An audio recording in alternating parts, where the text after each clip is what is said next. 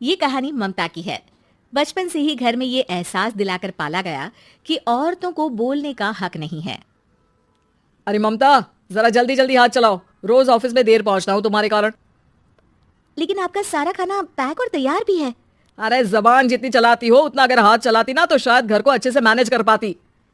क्या मतलब है? क्या नहीं मिला आपको? मोजे मोजे कौन देगा? ममता भागकर पति को मोजे देती है। वो हर किसी का ख्याल रखती, लेकिन उसके घर में रोज का रोना लगा रहता। अरे माँ, आज स्कूल में टीचर ने मुझे फीस के लिए डांटा। माँ, मुझे अच्छा नहीं लगता कि स्कूल में फीस के पैसों के लिए मुझे कोई भी बात सुनाए। अरे पर बेटा, ये तो पापा करते हैं ना सारा ऑनलाइन। मुझे तो इसकी जानकारी भी नहीं है। हाँ हाँ, बना लो बच्चों के सामने मुझे बुरा। अरे करता तो मैं ही हूँ, माना, लेकिन मुझे कोई सपना थोड़ी ना आएगा कि बच्चों की फीस जमा करनी है। अरे बताओगी तो तुम ही ना। ममता की अब ये आदत में शुमार हो चुका था।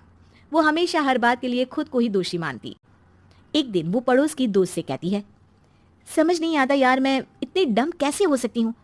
बात तो सही भी है ना। अब पति बेचारा नौकरी करे, पैसे कमाए, या फिर ये देखे कि बच्चों की फीस का वक्त है। क्या करूँ यार। पता नहीं, मेरे पति तो सारा काम खुद ही करते हैं। वो तो कहते हैं कि तुम थक जाती होगी, सारा दिन घर बाहर बच्चे। तो अच्छा, ऐसे भी पति होते हैं क्या?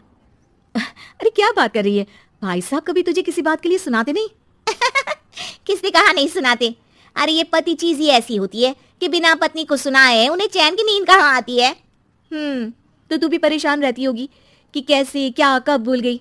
अरे वो तो मुझे बस इस बात के लिए ताना देते हैं कि मैं वक्त पर खाना क्यों नहीं खाती, या पार्लर जाकर अपनी साज सज्जा क्यों नहीं करवाती। पड़ोसन बोल ही रही होती है कि ममता के बेटे की आवाज आती है। अरे माँ, क्या हो गया? लग नहीं रहा कि आज आप मुझे पानी भी देगी। अरे कब से खाने के लिए वेट कर रहा हूँ। अरे यार, मैं चलती हूँ, बेटा खाने के लिए वेट कर रहा है। मैंने उसे खाना भी नहीं दिया। अरे 12वीं में पहुंच चुका है तुम्हारा बेटा, उसे बोलो खुद पानी लिया करे। मैंने तो अपने बच्चों को काम करना सिखाया है। अरे यार, खुद की भी तो कोई लाइफ है। माना जब नहीं कर सकते थे तो किया, लेकिन अब इतने बड़े बच्चों की हर बात मानेंगे तो मुश्किल तो अपने को ही होगी। ममता को पड़ोसन की बात में दम तो लगता है, लेकिन करे क्या, आदत भी तो खुद ही ने डाली थी। ममता घर जाती है कि तभी बेटी आ जाती है। माँ, परसों मुझे एक शादी में जाना है। तेरी वो जो लाल वाली साड़ी है ना, उसे दे देना। मैं आज जाकर टेलर को दे दूंगी, वो उस साड़ी से सूट बना देगा। अरे नहीं नहीं तारा, वो मेरी माँ ने मुझे दी थी और उस साड़ी से मेरी काफी भावनाएं जुड़ी हैं। तुमको ना मैं दूसरी साड़ी दे दूंगी। ओके, कोई बात नहीं, लेकिन आज दे ही देना पक्का। तारा माँ की साड़ी से सूट बनवाकर पार्टी में जाती है, लेकिन जब वो पार्टी से लौटती है, क्या है, मैं तो समझ ही नहीं पा रही हूँ। अरे जब वो साड़ी मांगी थी तो ये छल्ली सी साड़ी क्यों दे दी? मैं ही पागल थी जो इस साड़ी का सूट बनवा लिया मैंने। माँ, जानती भी हो कि कॉलेज में मेरी कितनी हंसी उड़ी। तभी वहां ममता का पति सुनील आ जाता है। अरे गवार औरत, जब बेटी साड़ी मांग रही थी तो दे देती ना। अरे पापा, इनके तो इमोशंस जुड़े थे उस साड़ी से। ममता इतने सब के बाद भी कुछ नहीं बोलती। मेरी बेटी की बेइज्जती हो गई। मैं बिल्कुल बर्दाश्त नहीं कर सकता ये। मैं नहीं चाहता कि मेरी बेटी से कोई भी ज्यादा सुंदर लगे पूरे कॉलेज में। जी, वो पढ़ने में तारा बिल्कुल अच्छी नहीं है, उसकी पढ़ाई पर आप ध्यान दीजिए ना। अच्छा, अब तुम मुझे बताओगी कि मुझे किस पर ध्यान देना और किस पर नहीं। रमेश जैसा ही ये वाक्य पूरा करता है, ममता की बेटी और पति उस पर जोर जोर से हंसते हैं। अरे ठीक है ना, पता ही नहीं चला कि कैसे वक्त इतना बीत गया। अरे कैसे पता चलेगा माँ, हम लोगों के पीछे जो तू बैताल की तरह चिपकी रहती थी, तुझे कैसे वक्त का पता चलता?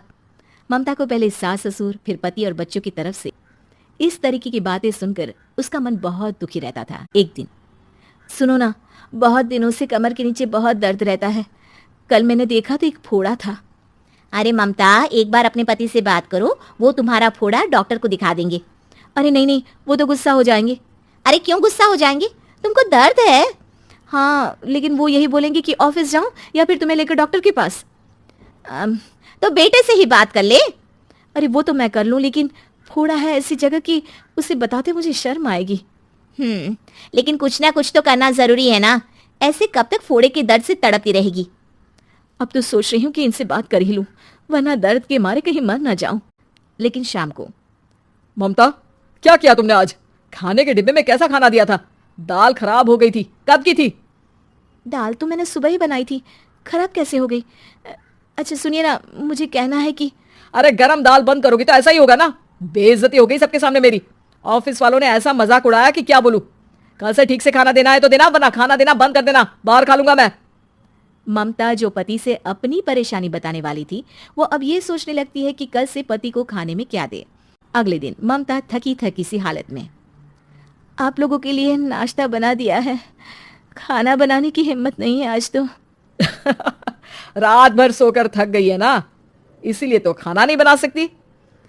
हिम्मत नहीं हो रही है, मैं बस सोने जा रही हूँ। बस मैडम को सोने का बोल दो, फिर देखो कैसे सोती रहती है। माँ फिर वही पराठा सब्जी। अरे हमारे साथ के दोस्त एक से बढ़कर एक नाश्ता खाना लेकर आते हैं, आप तो बस। सभी घर से निकल जाते हैं, लेकिन जब शाम को बेटा घर आता है तो घर में अंधेरा रहता है। बेटा लाइट चलाता है। क्या माँ, तुम्हारा भी जवाब नहीं है बिजली का बिल बचाने के लिए? वो बोल ही रहा होता है कि सामने माँ जमीन पर लेटी मिलती है। वो उसके पास जाता है। अरे माँ, क्या हो गया माँ? तभी वहां पड़ोसन आती है। अरे बेटा, तुम्हारी माँ के पैर के पास एक फोड़ा है, जिसके कारण ये लगातार कमजोर होती जा रही थी।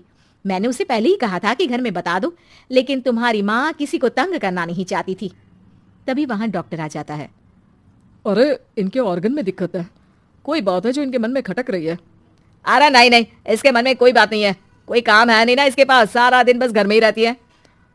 देखिए मैं तो ये नहीं जानता, लेकिन हाँ इनके मन में हमेशा कोई बात रह जाती होगी, इसीलिए उनकी ये हालत है। अगर आप समय से नहीं ले आते तो हो सकता था कि। अरे नहीं नहीं डॉक्टर साहब, हम पूरी कोशिश करेंगे कि वो ठीक हो जाए। हम लोगों ने अपनी ही परेशानी माँ के सामने रखी, लेकिन किसी ने माँ की दिक्कत को जानने की कोशिश तक नहीं की। हाँ, मैंने भी ममता को हमेशा घरेलू जरूरत से ज्यादा काम का नहीं सोचा था। ममता को होश आता है और वो खुद को अपने बेडरूम में देखती है। वो उठने की कोशिश करती है कि माँ, अब आप नहीं उठेंगी, हम लोग है ना, हम लोग आपको पूरी तरह से खुश रखने की कोशिश करेंगे।